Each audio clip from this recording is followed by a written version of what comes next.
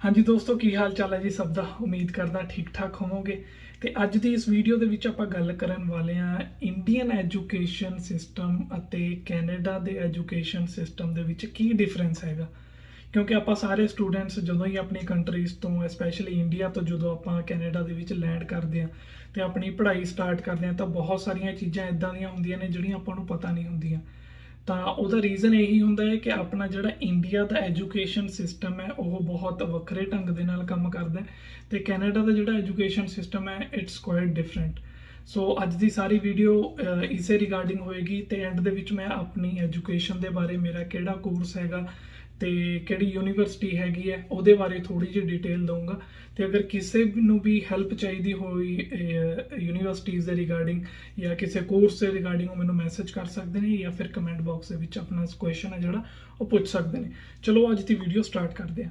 ਤਾਂ ਸਭ ਤੋਂ ਪਹਿਲਾਂ ਜਦੋਂ ਐਜੂਕੇਸ਼ਨ ਦੀ ਗੱਲ ਆਉਂਦੀ ਹੈ ਤਾਂ ਸਭ ਤੋਂ ਜਿਹੜਾ ਬੜਾ ਡਿਫਰੈਂਸ ਹੈਗਾ ਦੋਨੋਂ ਕੰਟਰੀਜ਼ ਦੇ ਵਿੱਚ ਉਹ ਹੈਗਾ ਐਗਜ਼ਾਮਸ ਨੂੰ ਲੈ ਕੇ, ਆਪਣੇ ਪੇਪਰਸ ਨੂੰ ਲੈ ਕੇ ਜਿਹੜੇ ਆਪਾਂ ਪੇਪਰ ਦਿੰਦੇ ਆ। ਤਾਂ ਇੰਡੀਆ ਦੇ ਵਿੱਚ ਆਪਣਾ ਕੀ ਸੀਨ ਹੁੰਦਾ ਹੈ ਕਿ ਆਪਾਂ ਫੋਰ ਐਗਜ਼ਾਮਪਲ ਕੋਈ ਵੀ ਕਲਾਸ ਦੇ ਵਿੱਚ 10th ਦੇ ਵਿੱਚ +1 +2 ਜਾਂ ਫਿਰ ਡਿਗਰੀਜ਼ ਦੇ ਵਿੱਚ ਆਪਣੇ ਨਾਰਮਲੀ ਇਹ ਸੀਨ ਚੱਲਦਾ ਹੈ ਕਿ ਆਪਣੇ ਜਾਂ ਤੇ ਸਮੈਸਟਰ ਵਾਈਜ਼ ਐਗਜ਼ਾਮ ਹੁੰਦੇ ਨੇ ਜਾਂ ਐਨੂਅਲ ਐਗਜ਼ਾਮ ਹੁੰਦੇ ਨੇ, ਮਤਲਬ ਸਾਲ ਦੇ ਐਂਡ ਦੇ ਉੱਪਰ ਜਾ ਕੇ ਪੇਪਰ ਹੁੰਦੇ ਨੇ ਜਾਂ ਫਿਰ ਵਿੱਚ ਥੋੜਾ ਬਹੁਤ ਕਦੇ ਟੈਸਟ ਵਗੈਰਾ ਹੁੰਦੇ ਰਹਿੰਦੇ ਨੇ, ਰਾਈਟ। ਤੇ ਜਿਹਨੂੰ ਆਪਾਂ ਮਿਡ ਟਰਮ ਐਗਜ਼ਾਮ ਕਹਿ ਦਿੰਦੇ ਆ ਜਾਂ ਫਿਰ ਫਾਈਨਲ ਐਗਜ਼ਾਮ ਕਹਿ ਦਿੰਦੇ ਆ।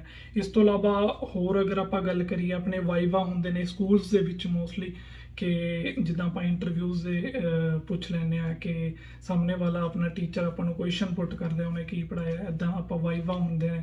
ਜਾਂ ਫਿਰ ਕੁਝ ਲੈਬੋਰਟਰੀਜ਼ ਦੇ ਆਪਣੇ ਐਗਜ਼ਾਮ ਹੁੰਦੇ ਹੈਗੇ ਨੇ ਤੇ ਜਿਹਦੇ ਵਿੱਚ ਆਪਾਂ ਆਪਣੇ ਜਿਹੜੇ ਪ੍ਰੈਕਟੀਕਲਸ ਜਾਂ ਨੋਟਬੁੱਕ ਰੈਡੀ ਕਰਦੇ ਆ। ਨਾਰਮਲੀ ਪਤਾ ਹੈ ਕਿ ਕੋਈ ਨਹੀਂ ਦੇਖਦਾ ਹੈਗਾ ਉਹਨਾਂ ਨੂੰ, ਐਂਡ ਦੇ ਉੱਤੇ ਜਾ ਕੇ ਜਦੋਂ ਸਬਮਿਸ਼ਨ ਕਰਨੀ ਹੁੰਦੀ ਹੈ ਉੱਥੇ ਪਈਆਂ ਹੁੰਦੀਆਂ ਨੇ, ਢੇਰੀ ਲੱਗੀ ਪਈ ਹੁੰਦੀ ਹੈ।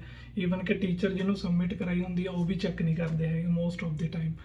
ਤਾਂ ਇਹ ਜਿਹੜਾ ਆਪਣਾ ਇੰਡੀਆ ਦਾ ਜਿਹੜਾ ਐਜੂਕੇਸ਼ਨ ਸਿਸਟਮ ਆ ਉਹ ਇੱਦਾਂ ਕੰਮ ਕਰਦਾ।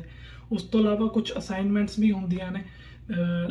ਅਸਾਈਨਮੈਂਟਸ ਦੇ ਨਾਮ ਤੇ ਆਪਾਂ ਨੂੰ ਪਤਾ ਹੈ ਕਿ ਇੱਕ ਕਲਾਸ ਹੈਗੀ ਅਗਰ 30-35 ਬੱਚਿਆਂ ਦੀ ਤਾਂ 2-4 ਅਸਾਈਨਮੈਂਟ ਕ੍ਰੀਏਟ ਕਰਦੇ ਨੇ, ਬਣਾਉਂਦੇ ਨੇ ਤੇ ਬਾਕੀ ਸਾਰਿਆਂ ਦਾ ਸਿਮਿਲਰ ਹੁੰਦਾ, ਇੱਕ ਤੋਂ ਇੱਕ ਅੱਗੇ ਦੀ ਅੱਗੇ ਪਹੁੰਚ ਕੇ ਸਾਰਿਆਂ ਦਾ ਉਹੀ ਕਾਪੀ ਪੇਸਟ ਚੱਲਦਾ ਰਹਿੰਦਾ। ਇਹ ਸੀਗਾ ਆਪਣਾ ਇੰਡੀਆ ਦਾ ਐਜੂਕੇਸ਼ਨ ਸਿਸਟਮ ਜਿੱਦਾਂ ਆਪਾਂ ਹਾਲੇ ਤੱਕ ਪੜ੍ਹ ਕੇ ਆਏ ਹਾਂ, ਮਤਲਬ ਮੈਂ ਖੁਦ ਪੜ੍ਹ ਕੇ ਆਇਆ ਇੱਦਾਂ ਦੇ ਮਤਲਬ ਕਲਚਰ ਦੇ ਵਿੱਚੋਂ, ਸਿਸਟਮ ਦੇ ਵਿੱਚੋਂ। ਤੇ ਇੱਥੇ ਜਦੋਂ ਆਪਾਂ ਕੈਨੇਡਾ ਦੇ ਵਿੱਚ ਲੈਂਡ ਕਰਦੇ ਹਾਂ, ਆਪਣੀ ਸਟੱਡੀ ਸਟਾਰਟ ਕਰਦੇ ਹਾਂ ਤਾਂ ਬਿਲਕੁਲ ਹੀ ਜਿਹੜਾ ਆਪਣਾ ਮਤਲਬ ਕਿ ਮਾਈਂਡ ਹੈ ਉਹ ਚੇਂਜ ਹੋ ਜਾਂਦਾ ਕਿਉਂਕਿ education system is completely different. ਸਭ ਤੋਂ ਪਹਿਲੀ ਗੱਲ ਅਗਰ ਐਗਜ਼ਾਮਸ ਦੀ ਗੱਲ ਕਰਾਂ ਤਾਂ ਇੱਥੇ ਮੋਸਟਲੀ ਕੋਰਸਿਸ ਦੇ ਵਿੱਚ ਜਿਹੜੇ ਐਗਜ਼ਾਮਸ ਨੇ ਉਹ ਨਹੀਂ ਹੁੰਦੇ ਹੈਗੇ। ਜਿਵੇਂ ਕਿ ਮਤਲਬ ਆਪਣੇ ਮਿਡ ਟਰਮ ਜਾਂ ਫਾਈਨਲ ਐਗਜ਼ਾਮ ਹੁੰਦੇ ਹੈਗੇ ਨੇ ਇੰਡੀਆ ਦੇ ਵਿੱਚ, ਇੱਥੇ ਉਹ ਸੀਨ ਨਹੀਂ ਹੁੰਦਾ ਹੈਗਾ। ਇੱਥੇ ਜਿਹੜੇ ਮੋਸਟਲੀ ਮਾਰਕਸ ਬੱਚਿਆਂ ਨੂੰ ਦਿੱਤੇ ਜਾਂਦੇ ਨੇ ਉਹ ਅਸਾਈਨਮੈਂਟ ਬੇਸਡ ਹੁੰਦੇ ਹੈਗੇ ਨੇ, ਮਤਲਬ ਕਿ ਬੱਚਿਆਂ ਨੂੰ ਅਸਾਈਨਮੈਂਟਸ ਦਿੱਤੀਆਂ ਜਾਂਦੀਆਂ ਨੇ। ਫੋਰ ਐਗਜ਼ਾਮਪਲ ਅਗਰ ਮੇਰੀ ਅੱਜ ਕਲਾਸ ਹੈਗੀ ਆ, ਅੱਜ ਮੇਰਾ ਲੈਕਚਰ ਲੱਗਿਆ ਤਾਂ ਕੋਈ ਨਾ ਕੋਈ ਮੈਨੂੰ ਐਕਟੀਵਿਟੀ ਕਰਨ ਨੂੰ ਦਿੱਤੀ ਜਾਏਗੀ, ਚਾਹੇ ਉਹ ਅਸਾਈਨਮੈਂਟ ਦੀ ਫਾਰਮ ਦੇ ਵਿੱਚ ਹੈਗੀ ਆ ਜਾਂ ਫਿਰ ਕੋਈ ਕੁਇਜ਼ ਦੀ ਫਾਰਮ ਦੇ ਵਿੱਚ ਹੈਗੀ ਆ। ਅਸਾਈਨਮੈਂਟ ਦੀ ਅਗਰ ਮੈਂ ਗੱਲ ਕਰਾਂ, ਅਸਾਈਨਮੈਂਟ ਤੁਹਾਡੇ ਇਸ ਤਰ੍ਹਾਂ ਨਹੀਂ ਹੁੰਦੀ ਕਿ ਤੁਹਾਨੂੰ ਕੋਈ ਵੀ ਟੌਪਿਕ ਦੇ ਤਾਂ ਤੁਸੀਂ ਉਹਦੇ ਉੱਪਰ ਰਾਈਟ ਕਰਨਾ ਹੈ, ਲਿਖਣਾ ਹੈਗਾ, ਦੈਨ ਜਸਟ ਆ ਕੇ ਸਬਮਿਟ ਕਰਾ ਦਿਓ ਜਾਂ ਫਿਰ ਕੁਛ ਇੱਦਾਂ ਦਾ। ਐਵੇਂ ਨਹੀਂ ਹੁੰਦਾ। ਮੋਸਟਲੀ ਜਿਹੜੇ ਕਨਸੈਪਚੁਅਲ ਬੇਸਡ ਕੁਐਸਚਨ ਹੁੰਦੇ ਹੈਗੇ ਨੇ ਜਾਂ ਫਿਰ ਕੁਛ ਸਿਨੈਰੀਓਜ਼ ਤੁਹਾਨੂੰ ਦਿੱਤੇ ਜਾਂਦੇ ਨੇ, ਕੇਸ ਸਟੱਡੀਜ਼ ਦਿੱਤੀਆਂ ਜਾਂਦੀਆਂ ਨੇ ਤੁਹਾਡੇ ਸਬਜੈਕਟ ਦੇ ਰਿਲੇਟਡ। ਸਬਜੈਕਟ ਟੂ ਸਬਜੈਕਟ ਜਿਹੜਾ ਵੇਰੀ ਕਰਦਾ ਰਹਿੰਦਾ ਕਿ ਕਿੱਦਾਂ ਦਾ ਤੁਹਾਨੂੰ ਅਸਾਈਨਮੈਂਟਸ ਮਿਲਦੀਆਂ ਹੈਗੀਆਂ ਨੇ, ਰਾਈਟ। ਇਹ ਚੀਜ਼ ਹੁੰਦੀ ਹੈ ਕਿ ਆਪਾਂ ਨੂੰ ਅਸਾਈਨਮੈਂਟਸ ਦੇ ਮੋਸਟਲੀ ਮਾਰਕਸ ਹੁੰਦੇ ਹੈਗੇ ਨੇ। ਫੋਰ ਐਗਜ਼ਾਮਪਲ 10% ਦੀ ਜਿਹੜੀ ਵੇਟੇਜ ਹੈ ਉਹ ਰੱਖੀ ਜਾਂਦੀ ਹੈ, 20% ਦੀ, 30% ਦੀ। ਕਾਲਜ ਟੂ ਕਾਲਜ ਜਾਂ ਫਿਰ ਕੋਰਸ ਟੂ ਕੋਰਸ ਵੇਰੀ ਕਰਦਾ ਰਹਿੰਦਾ ਹੈ। ਤਾਂ ਇਹ ਸੀਨ ਹੁੰਦਾ ਹੈ ਕਿ ਤੁਹਾਡੇ ਅਸਾਈਨਮੈਂਟਸ ਦੇ ਮਾਰਕਸ ਲੱਗਦੇ ਨੇ। ਬਹੁਤ ਘੱਟ ਇੱਦਾਂ ਦੇ ਕੋਰਸਿਸ ਨੇ ਜਾਂ ਸਬਜੈਕਟਸ ਹੁੰਦੇ ਨੇ ਜਿਨ੍ਹਾਂ ਦੇ ਵਿੱਚ ਤੁਹਾਡੇ ਫਾਈਨਲ ਦੇ ਵਿੱਚ ਜਾ ਕੇ ਐਗਜ਼ਾਮ ਹੁੰਦੇ ਨੇ।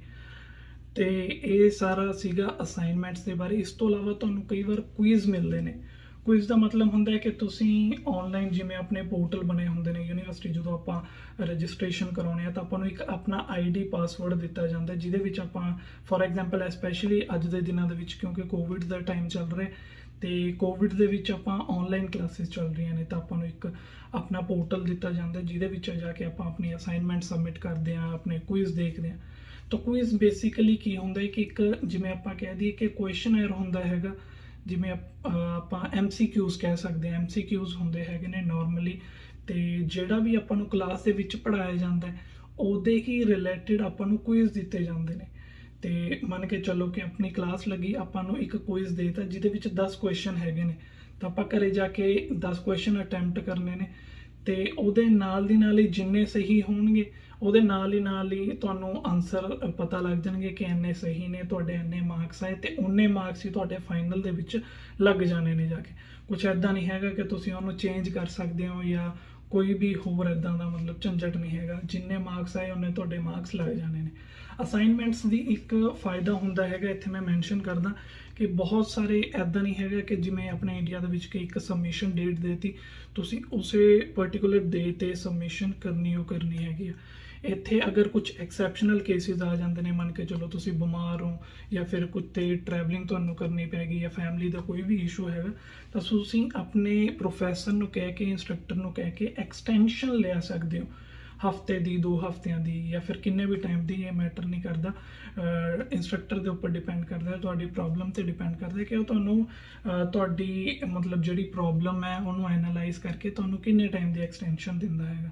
ਤੇ ਇੱਥੇ ਇਹ ਵੀ ਆਪਸ਼ਨ ਹੁੰਦੀ ਹੈਗੀ ਆ, ਤੁਸੀਂ ਗੱਲਬਾਤ ਕਰਕੇ ਥੋੜ੍ਹਾ ਬਹੁਤ ਟਾਈਮ ਅੱਗੇ ਪਿੱਛੇ ਕਰ ਸਕਦੇ ਹੋ। ਬਟ ਅਗਰ ਤੁਸੀਂ ਜਿੰਨਾ ਟਾਈਮ ਪਰਟੀਕੂਲਰਲੀ ਤੁਹਾਨੂੰ ਦਿੱਤਾ ਗਿਆ ਹੈ ਅਸਾਈਨਮੈਂਟ ਸਬਮਿਟ ਕਰਨ ਦਾ, ਫੋਰ ਐਗਜ਼ਾਮਪਲ ਅਗਰ ਅੱਜ 4 ਵਜੇ ਦਾ ਟਾਈਮ ਹੈ ਅਸਾਈਨਮੈਂਟ ਦਾ, 1 ਘੰਟਾ ਅਗਰ ਮੈਂ ਲੇਟ ਹੋ ਗਿਆ, 1 ਘੰਟਾ ਅਗਰ ਮੈਂ ਲੇਟ ਹੋ ਗਿਆ ਤਾਂ ਤਕਰੀਬਨ ਤੁਹਾਡੇ 50% ਮਾਰਕਸ ਨੇ ਜਿਹੜੇ ਉਹ ਡਿਡਕਟ ਕਰ ਲਿੱਤੇ ਜਾਣਗੇ।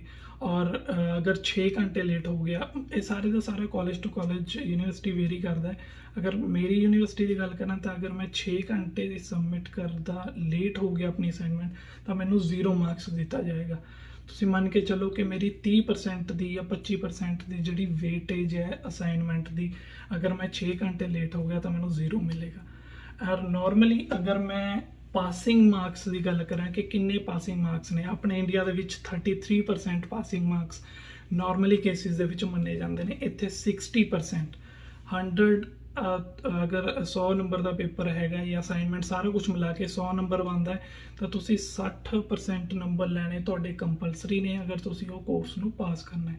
ਬਹੁਤ ਬੜਾ ਡਿਫਰੈਂਸ ਹੈ, ਕਿਤੇ 33%, ਕਿਤੇ 60%, ਰਾਈਟ। ਤੇ ਫਿਰ ਬਹੁਤ ਸਾਰੇ ਕੋਰਸਿਸ ਦੇ ਵਿੱਚ ਤੁਹਾਨੂੰ ਮਿਡ ਟਰਮ ਤੇ ਫਾਈਨਲ ਟਰਮ ਵੀ ਆਉਂਦੇ ਨੇ ਸਿਮਿਲਰ ਟੂ ਇੰਡੀਆ, ਬਟ ਉਹਨਾਂ ਦੀ ਵੇਟੇਜ ਇੱਦਾਂ ਨਹੀਂ ਹੁੰਦੀ ਕਿ ਤੁਹਾਡਾ ਸਾਰੇ ਦਾ ਸਾਰਾ ਜਿਹੜਾ ਤੁਹਾਨੂੰ ਮਤਲਬ ਕਿ ਪਾਸ ਫੇਲ ਹੈ ਜਿਹੜਾ ਉਹ ਉਹਨਾਂ ਐਗਜ਼ਾਮਸ ਦੇ ਬੇਸ 'ਤੇ ਹੀ ਕੀਤਾ ਜਾਏਗਾ। ਇੰਡੀਆ ਦੇ ਵਿੱਚ ਆਪਣਾ ਮੋਸਟਲੀ ਇੱਦਾਂ ਹੁੰਦਾ ਹੈ ਕਿ ਆਪਣੇ 80-90% ਦੇ ਉਹ ਐਗਜ਼ਾਮ ਹੁੰਦਾ ਹੈ ਕਿ ਪੂਰਾ ਸਾਲ ਆਪਾਂ ਪੜ੍ਹਾਈ ਨਹੀਂ ਕਰਦੇ, 2-3 ਦਿਨ ਪਹਿਲਾਂ ਜਾ ਕੇ ਆਪਾਂ ਪੂਰੀ ਸਟੱਡੀ ਕਰਦੇ ਹਾਂ, ਹੈ ਨਾ, ਹਰ ਇੱਕ ਚੀਜ਼ ਨੂੰ ਐਨਾਲਾਈਜ਼ ਕਰਕੇ ਫਿਰ ਆਪਾਂ ਐਗਜ਼ਾਮ ਦਿੰਦੇ ਹਾਂ ਅਤੇ ਪਾਸ ਹੋ ਜਾਂਦੇ ਹਾਂ। ਇੱਥੇ ਇਹ ਸਿਨੈਰੀਓ ਬਿਲਕੁਲ ਵੀ ਨਹੀਂ ਹੈਗਾ, ਬਿਲਕੁਲ ਡਿਫਰੈਂਟ ਹੈ। ਤੁਹਾਨੂੰ ਡੇਲੀ ਟੂ ਡੇਲੀ ਕਲਾਸ ਲਗਾਉਣੀ ਪੈਣੀ ਹੈ, ਤੁਹਾਨੂੰ ਪੜ੍ਹਨਾ ਪੈਣਾ ਹੈ, ਤੁਹਾਨੂੰ ਅਸਾਈਨਮੈਂਟ ਸਬਮਿਟ ਕਰਨੀ ਪੈਣੀ ਹੈ, ਤੁਹਾਨੂੰ ਕੁਇਜ਼ ਪਰਫਾਰਮ ਕਰਨਾ ਪੈਣਾ ਹੈ, ਜੋ ਵੀ ਐਕਟੀਵਿਟੀਜ਼ ਦਿੱਤੀਆਂ ਗਈਆਂ ਨੇ ਉਹ ਤੁਹਾਨੂੰ ਕਰਨੀਆਂ ਪੈਣੀਆਂ ਨੇ, ਤਾਂ ਤੁਸੀਂ ਜਾ ਕੇ ਪਾਸ ਹੋਵੋਗੇ। ਉਹ ਸੀਨ ਨਹੀਂ ਹੈਗਾ ਕਿ ਕੋਈ ਨਹੀਂ ਐਂਡ 'ਤੇ ਜਾ ਕੇ ਦੇਖਾਂਗੇ, ਪੜ੍ਹ ਲਾਂਗੇ, ਉਹ ਸਿਨੈਰੀਓ ਇੱਥੇ ਬਿਲਕੁਲ ਵੀ ਨਹੀਂ ਹੈਗਾ। ਕਲਾਸ ਤੁਹਾਡੀ ਲੱਗਣੀ ਹੈ, ਕੋਈ ਨਾ ਕੋਈ ਤੁਹਾਨੂੰ ਹਰ ਕਲਾਸ ਦੇ ਵਿੱਚ ਐਕਟੀਵਿਟੀ ਦਿੱਤੀ ਜਾਏਗੀ ਜਿਹਨੂੰ ਆਪਾਂ ਹੋਮਵਰਕ ਕਰ ਦਿੰਦੇ ਹਾਂ। ਉਹ ਅਸਾਈਨਮੈਂਟ ਦੀ ਫਾਰਮ 'ਚ ਹੋਵੇ, ਕੁਇਜ਼ ਦੀ ਫਾਰਮ 'ਚ ਹੋਵੇ, ਕਿਸੇ ਵੀ ਫਾਰਮ 'ਚ ਹੋਵੇ, ਤੁਸੀਂ ਉਹ ਸਬਮਿਟ ਕਰੋਗੇ, ਉਹ ਨੰਬਰ ਤੁਹਾਡੇ ਫਾਈਨਲ ਦੇ ਵਿੱਚ ਜਾ ਕੇ ਸਬਮਿਟ ਹੋਣਗੇ। ਹੋਰ ਕੀ ਡਿਫਰੈਂਸ ਹੈਗੇ ਨੇ, ਸਬਜੈਕਟਸ ਦੇ ਰਿਲੇਟਿਡ ਵੀ ਕਾਫੀ ਡਿਫਰੈਂਸ ਹੈਗੇ ਨੇ। ਮੋਸਟਲੀ ਆਪਣੇ ਇੰਡੀਆ ਦੇ ਐਜੂਕੇਸ਼ਨ ਸਿਸਟਮ ਦੇ ਵਿੱਚ, ਮੋਸਟਲੀ ਗੱਲ ਕਰ ਰਹੇ ਹਾਂ, ਸਾਰਿਆਂ ਦੇ ਵਿੱਚ ਨਹੀਂ, ਮੋਸਟਲੀ ਦੇ ਵਿੱਚ ਆਪਣੇ ਜਿਹੜੇ ਕੋਰਸਿਸ ਨੇ ਉਹ ਫਿਕਸ ਹੁੰਦੇ ਨੇ ਕਿ ਤੁਸੀਂ ਇੰਨੇ ਸਬਜੈਕਟ ਪੜ੍ਹਨੇ ਨੇ, ਆਹ ਸਬਜੈਕਟ ਹੀ ਪੜ੍ਹਨੇ ਨੇ। ਲੇਕਿਨ ਇੱਥੇ ਥੋੜ੍ਹੀ ਜਿਹੀ ਤੁਹਾਨੂੰ ਜ਼ਿਆਦਾ ਫਲੈਕਸੀਬਿਲਿਟੀ ਦਿੱਤੀ ਜਾਂਦੀ ਹੈ ਕਿ ਤੁਸੀਂ ਆਪਣੇ ਕੋਰਸਿਸ ਨੇ ਜਿਹੜੇ ਉਹ ਆਪਣੇ ਇੰਟਰਸਟ ਦੇ ਅਕੋਰਡਿੰਗਲੀ ਚੂਜ਼ ਕਰ ਸਕਦੇ ਹੋ। ਹਾਂ ਬਿਲਕੁਲ, ਬਹੁਤ ਸਾਰੇ ਕੋਰਸਿਸ ਫਿਕਸ ਵੀ ਹੁੰਦੇ ਨੇ ਅਤੇ ਬਹੁਤ ਸਾਰਿਆਂ ਦੇ ਵਿੱਚ ਤੁਹਾਨੂੰ ਮਤਲਬ ਕਿ ਸਿਲੈਕਟ ਕਰਨ ਦੀ ਆਪਸ਼ਨ ਵੀ ਦਿੱਤੀ ਜਾਂਦੀ ਹੈ। ਇਹ ਵੀ ਇੱਕ ਡਿਫਰੈਂਸ ਹੈਗਾ। ਉਸ ਤੋਂ ਬਾਅਦ ਇੱਕ ਮੇਜਰ ਡਿਫਰੈਂਸ ਜਿਹਦੀ ਆਪਾਂ ਗੱਲ ਕਰੀਏ ਕਿ ਇੱਥੇ ਜਿਹੜੇ ਸਟੂਡੈਂਟ ਹੈਗੇ ਨੇ ਕੈਨੇਡਾ ਦੇ ਵਿੱਚ, ਚਾਹੇ ਉਹ ਲੋਕਲਾਈਟਸ ਨੇ, ਚਾਹੇ ਮੇਰੇ ਵਰਗੇ ਇੰਟਰਨੈਸ਼ਨਲ ਸਟੂਡੈਂਟਸ ਨੇ, ਬਾਕੀ ਕੰਟਰੀਆਂ ਤੋਂ ਆਏ ਹੋਏ ਸਟੂਡੈਂਟ ਹੈਗੇ ਨੇ, ਮੋਸਟਲੀ ਸਾਰੇ ਦੇ ਸਾਰੇ ਸਟੂਡੈਂਟ ਜਿਹੜੇ ਆਪਣੀ ਸਟੱਡੀ ਦੇ ਨਾਲ ਨਾਲ ਕੰਮ ਵੀ ਕਰਦੇ ਨੇ। ਉਹ ਪਾਰਟ ਟਾਈਮ ਦੀ ਫਾਰਮ ਦੇ ਵਿੱਚ ਹੀ ਹੋ ਸਕਦਾ, 20 ਆਵਰ ਜਿਵੇਂ ਕਿ ਇੰਟਰਨੈਸ਼ਨਲ ਸਟੂਡੈਂਟ ਨੂੰ ਅਲਾਉਡ ਹੁੰਦਾ ਹੈਗਾ। ਤਾਂ ਐਦਾਂ ਨਹੀਂ ਹੈਗਾ ਕਿ ਇਕੱਲੇ ਇੰਟਰਨੈਸ਼ਨਲੀ ਕੰਮ ਕਰਦੇ ਨੇ, ਤਾਂ ਜਿਹੜੇ ਲੋਕਲਾਈਟਸ ਵੀ ਨੇ ਇੱਥੇ ਦੇ, ਮਤਲਬ ਕੈਨੇਡੀਅਨਸ ਵੀ ਨੇ, ਉਹ ਵੀ ਕੰਮ ਕਰਦੇ ਨੇ। ਇਹਦੇ ਨਾਲ ਕੀ ਹੁੰਦਾ ਕਿ ਤੁਸੀਂ ਜੋ ਵੀ ਪੜ੍ਹ ਰਹੇ ਹੋ ਆਪਣੀ ਐਜੂਕੇਸ਼ਨ ਦੇ ਵਿੱਚ, ਉਹ ਤੁਹਾਨੂੰ ਰੀਅਲ ਲਾਈਫ ਦੇ ਵਿੱਚ ਕਿੱਦਾਂ ਐਪਲੀਕੇਬਲ ਕਰਨੀਆਂ ਨੇ। ਫੋਰ ਐਗਜ਼ਾਮਪਲ ਕੋਈ ਵੀ ਸਟੂਡੈਂਟ ਹੈ, ਮੈਨੇਜਮੈਂਟ ਦਾ ਸਟੂਡੈਂਟ ਹੈਗਾ, ਉਹ ਕੀ ਪੜ੍ਹ ਰਿਹਾ ਕਿ ਆਰਗੇਨਾਈਜੇਸ਼ਨ ਦੇ ਬਾਰੇ ਪੜ੍ਹ ਰਿਹਾ ਹੈ, ਮੈਨੇਜਮੈਂਟ ਕਿੱਦਾਂ ਚੀਜ਼ਾਂ ਨੂੰ ਮੈਨੇਜ ਕਰਨਾ ਹੈ, ਕੰਪਨੀ ਨੂੰ ਕਿੱਦਾਂ ਮੈਨੇਜ ਕਰਨਾ ਹੈ। ਤਾਂ ਜਦੋਂ ਜਿਹੜੇ ਉਹ ਸਟੂਡੈਂਟ ਨੇ ਜਾ ਕੇ ਇਹ ਸਾਰੀਆਂ ਚੀਜ਼ਾਂ ਨੂੰ, ਆਪਣੀ ਥਿਊਰੀ ਨੂੰ, ਆਪਣੇ ਪ੍ਰਿੰਸੀਪਲਸ ਨੂੰ, ਜੋ ਵੀ ਸਿੱਖਿਆ ਹੈ ਕਲਾਸ ਦੇ ਵਿੱਚ, ਉਹਨੂੰ ਜਾ ਕੇ ਐਪਲੀਕੇਬਲ ਕਰਦੇ ਨੇ ਰੀਅਲ ਲਾਈਫ ਦੇ ਵਿੱਚ, ਤਾਂ ਉਹਨਾਂ ਦਾ ਜਿਹੜਾ ਸਿੱਖਣ ਦਾ ਤਰੀਕਾ ਹੈ ਜਾਂ ਉਹਨਾਂ ਦਾ ਮਾਈਂਡ ਦੀ ਡਿਵੈਲਪਮੈਂਟ ਹੈ, ਉਹ ਬਹੁਤ ਹੀ ਅਲੱਗ ਲੈਵਲ ਦੀ ਹੁੰਦੀ ਹੈ, ਬਹੁਤ ਹੀ ਵਾਸਟ ਲੈਵਲ ਦੀ ਹੁੰਦੀ ਹੈ। ਤਾਂ ਇਹ ਸੀਨ ਹੈ ਜਿਹੜਾ ਇੰਡੀਆ ਦੇ ਵਿੱਚ ਮੋਸਟਲੀ ਨਹੀਂ ਪਾਇਆ ਜਾਂਦਾ। ਬਹੁਤ ਘੱਟ ਸਟੂਡੈਂਟਸ ਇੱਦਾਂ ਦੇ ਨੇ ਜਿਹੜੇ ਆਪਣੀ ਸਟੱਡੀ ਵੀ ਕਰਦੇ ਨੇ ਤੇ ਨਾਲ ਨਾਲ ਜਿਹੜੇ ਆਪਣਾ ਮਤਲਬ ਕਿ ਕੰਮ ਵਗੈਰਾ ਵੀ ਕਰਦੇ ਨੇ। ਤਾਂ ਇਹ ਸਾਰੇ ਦੇ ਸਾਰੇ ਕੁਝ ਡਿਫਰੈਂਸ ਸੀਗੇ ਇੰਡੀਅਨ ਐਜੂਕੇਸ਼ਨ ਦੇ ਵਿੱਚ ਤੇ ਕੈਨੇਡੀਅਨ ਐਜੂਕੇਸ਼ਨ ਦੇ ਸਿਸਟਮ ਦੇ ਵਿੱਚ। ਹੋਰ ਵੀ ਬਹੁਤ ਸਾਰੇ ਡਿਫਰੈਂਸ ਹੈ ਜਿਹੜੇ ਛੋਟੇ ਛੋਟੇ, ਫੋਰ ਐਗਜ਼ਾਮਪਲ ਇੱਕ ਬਹੁਤ ਹੀ ਵਧੀਆ ਮੈਨੂੰ ਲੱਗਦਾ ਹੈ ਤੇ ਇੱਥੇ ਆ ਕੇ ਕਾਫੀ ਆਪਣੇ ਲੋਕਾਂ ਨੂੰ ਜਿਹੜੇ ਇੰਡੀਆ ਤੋਂ ਆਉਣੇ, ਆਪਾਂ ਨੂੰ ਬਹੁਤ ਔਕਵਰਡ ਵੀ ਲੱਗਦਾ ਹੈ। ਇੰਡੀਆ ਦੇ ਵਿੱਚ ਆਪਾਂ ਆਪਣੇ ਟੀਚਰਸ ਨੂੰ ਸਰ, ਮੈਡਮ, ਟੀਚਰ ਇੱਦਾਂ ਦੇ ਮਤਲਬ ਕਿ ਇੱਕ ਰਿਸਪੈਕਟਫੁਲ ਵੇ ਦੇ ਵਿੱਚ ਬੁਲਾਉਂਦੇ। ਰਿਸਪੈਕਟਫੁਲ ਇੱਥੇ ਵੀ ਹੈਗਾ, ਲੇਕਿਨ ਕਲਚਰ ਡਿਫਰੈਂਸ ਹੈਗਾ। ਆਪਾਂ ਉੱਥੇ ਹੈਲੋ ਮੈਡਮ, ਹੈਲੋ ਸਰ ਇੱਦਾਂ ਕਰਕੇ ਮਤਲਬ ਕਿ ਬੁਲਾਉਂਦੇ ਹਾਂ। ਇੱਥੇ ਮੋਸਟਲੀ ਜਦੋਂ ਆਪਾਂ ਆਪਣੇ ਟੀਚਰ ਦੇ ਨਾਲ ਗੱਲ ਕਰਦੇ ਹਾਂ, ਉਹਨਾਂ ਤੋਂ ਕੋਈ ਕੁਐਸਚਨ ਪੁੱਛਦੇ ਹਾਂ, ਤਾਂ ਆਪਾਂ ਉਹਨਾਂ ਦਾ ਫਸਟ ਨੇਮ ਯੂਜ਼ ਕਰਦੇ ਹਾਂ ਮੋਸਟਲੀ, ਮਤਲਬ ਉਹਨਾਂ ਨੂੰ ਨਾਮ ਲੈ ਕੇ ਬੁਲਾਉਂਦੇ ਹਾਂ। ਇੱਥੇ ਇੱਦਾਂ ਨਹੀਂ ਆਪਾਂ ਕਹਿੰਦੇ ਹੈਲੋ ਸਰ, ਹੈਲੋ ਮੈਡਮ, ਇੱਥੇ ਆਪਾਂ ਡਾਇਰੈਕਟ ਨਾਮ ਬੁਲਾਉਂਦੇ ਹਾਂ। Hello Victor, hello Melanie, hello hi, ਮਤਲਬ ਇੱਦਾਂ ਕਰਕੇ ਪੂਰਾ ਨਾਮ ਲੈਂਦੇ ਆਪਾਂ, ਤਾਂ ਨਾਮ ਲੈ ਕੇ ਬੁਲਾਉਂਦੇ ਹਾਂ। ਸਟਾਰਟਿੰਗ ਦੇ ਵਿੱਚ ਬਹੁਤ ਔਕਵਰਡ ਲੱਗਦਾ ਸੀ, ਨੋ ਮੈਟਰ ਕਿ ਆਪਾਂ ਨੂੰ ਔਕਵਰਡ ਲੱਗਦਾ ਹੀ ਹੈ ਕਿਉਂਕਿ ਆਪਣੇ ਉੱਧਰ ਕਲਚਰ ਦੇ ਵਿੱਚ ਨਹੀਂ ਇੱਦਾਂ ਦਾ ਹੈਗਾ। ਤੇ ਨੋ ਮੈਟਰ ਕਿ ਤੁਹਾਡਾ ਟੀਚਰ 50 ਸਾਲ ਦਾ, 60 ਸਾਲ ਦਾ, 40 ਸਾਲ ਦਾ ਤੇ ਤੁਸੀਂ 20 ਸਾਲ ਦੇ ਹੋ, 25 ਸਾਲ ਦੇ ਹੋ, ਏਜ ਦਾ ਮੈਟਰ ਨਹੀਂ ਕਰਦਾ। ਤਾਂ ਇੱਥੇ ਕਲਚਰ ਹੀ ਇੱਦਾਂ ਕਹਿੰਦਾ ਕਿ ਤੁਸੀਂ ਨਾਮ ਲੈ ਕੇ ਬੁਲਾ ਸਕਦੇ ਹੋ ਤੇ ਟੀਚਰ ਵੀ ਕੋਈ ਮਤਲਬ ਇੱਦਾਂ ਬੁਰਾ ਨਹੀਂ ਸਮਝਦੇ ਹੈਗੇ।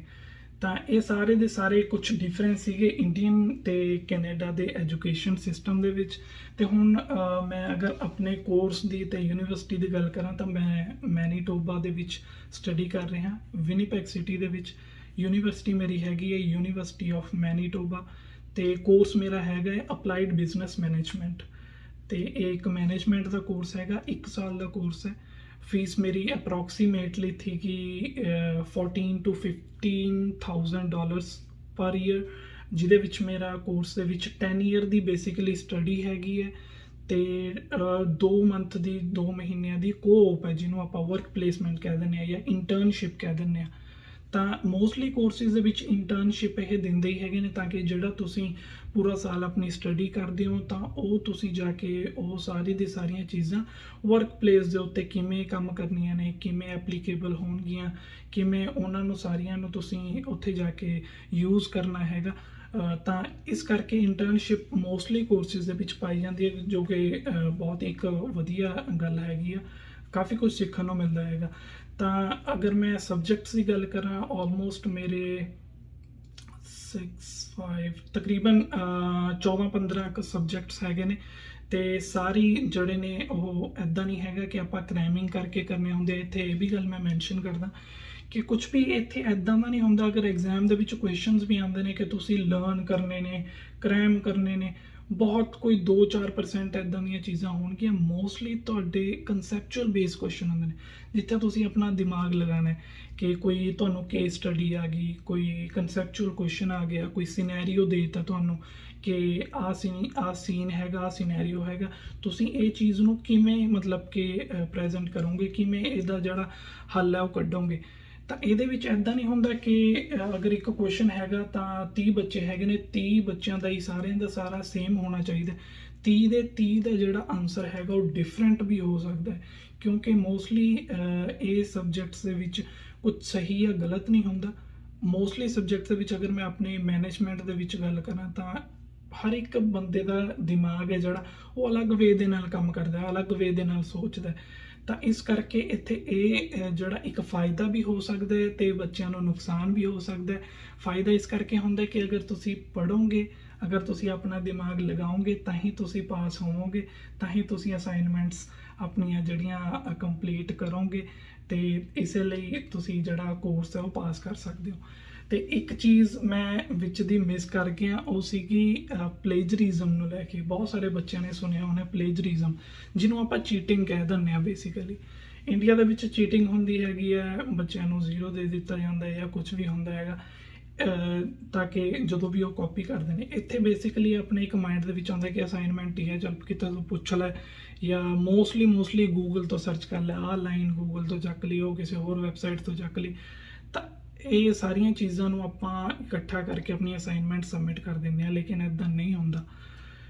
ਤੁਸੀਂ ਅਗਰ ਕੋਈ ਵੀ ਇੱਕ ਲਾਈਨ ਵੀ ਗੂਗਲ ਤੋਂ ਡਾਇਰੈਕਟਲੀ ਚੱਕ ਰਹੇ ਹੋ, ਕਾਪੀ ਪੇਸਟ ਕਰ ਰਹੇ ਹੋ, ਤਾਂ ਤੁਸੀਂ ਉਹ ਮੈਂਸ਼ਨ ਕਰਨਾ ਹੈ ਕਿ ਮੈਂ ਆਹ ਲਾਈਨ ਹੈ ਜਿਹੜੀ ਉਹ ਆਹ ਜਗ੍ਹਾ ਤੋਂ ਚੱਕੀ ਹੈ, ਆਹ ਵੈਬਸਾਈਟ ਤੋਂ ਚੱਕੀ ਹੈ, ਤੇ ਉਹਦਾ ਆਥਰ ਸੀਗਾ, ਜਿਹੜਾ ਉਹਦਾ ਰਾਈਟਰ ਸੀਗਾ ਆਹ ਲਾਈਨ ਲਿਖਣ ਵਾਲਾ, ਉਹ ਆਹ ਬੰਦਾ ਸੀਗਾ। ਆਪਾਂ ਬੇਸਿਕਲੀ ਉਹਨਾਂ ਨੂੰ ਕ੍ਰੈਡਿਟ ਦਿੰਨੇ ਹੈਗੇ ਆ। ਇੱਦਾਂ ਨਹੀਂ ਹੈਗਾ ਕਿ ਕਿਤੋਂ ਵੀ ਆਪਾਂ ਪੜ੍ਹਿਆ ਜਾਂ ਲਿਖਿਆ ਜਾਂ ਕਾਪੀ ਕੀਤੀ, ਪੇਸਟ ਕਰਤੀ, ਸਬਮਿਟ ਕਰਤੀ, ਨਹੀਂ। ਇਹਨੂੰ ਆਪਾਂ ਪਲੇਜਰਿਜ਼ਮ ਕਹਿੰਦੇ ਆ ਇੱਥੇ, ਜਿਹਨੂੰ ਚੀਟਿੰਗ ਕਹਿ ਸਕਦੇ ਹਾਂ ਆਪਾਂ ਨਾਰਮਲ ਵਰਡਸ ਦੇ ਵਿੱਚ। ਤੇ ਅਗਰ ਤੁਸੀਂ ਪਲੇਜਰਿਜ਼ਮ ਕਰਦੇ ਫੜੇ ਗਏ ਆਪਣੇ ਕਾਲਜ ਦੇ ਵਿੱਚ, ਯੂਨੀਵਰਸਿਟੀ ਦੇ ਵਿੱਚ ਅਸਾਈਨਮੈਂਟਸ ਦੇ ਦੌਰਾਨ, ਤਾਂ 1-2 ਵਾਰ ਤੁਹਾਨੂੰ ਉਹ ਵਾਰਨਿੰਗ ਦੇਣਗੇ। ਮੋਸਟਲੀ 0 ਦੇਣਾ ਤਾਂ ਅਸਾਈਨਮੈਂਟ ਦੇ ਵਿੱਚ ਬਹੁਤ ਹੀ ਕਾਮਨ ਚੀਜ਼ ਆ। ਤੇ ਅਗਰ ਤੁਸੀਂ 1-2 ਵਾਰੀ ਦੇ ਵਾਰ ਵੀ ਸੁਧਾਰ ਨਹੀਂ ਕਰਦੇ ਆਪਣੇ ਦੇ ਵਿੱਚ, ਤਾਂ ਤੁਹਾਨੂੰ ਉਹ ਕੋਰਸ ਦੇ ਵਿੱਚੋਂ ਮਤਲਬ ਕਿ ਬਾਹਰ ਵੀ ਕੱਢ ਸਕਦੇ ਨੇ, ਮੇਬੀ ਰਸਟੀਕੇਟ ਵੀ ਕਰ ਸਕਦੇ ਨੇ। ਬਹੁਤ ਸਾਰੀ ਯੂਨੀਵਰਸਿਟੀ ਜਿਹੜੀਆਂ ਕਿ ਬਹੁਤ ਜ਼ਿਆਦਾ ਸਟ੍ਰਿਕਟ ਨੇ, ਕਾਲਜ ਸਟ੍ਰਿਕਟ ਨੇ, ਤਾਂ ਉਹ ਇੱਦਾਂ ਦੇ ਐਕਸ਼ਨ ਵੀ ਲੈ ਲੈਂਦੀਆਂ ਨੇ।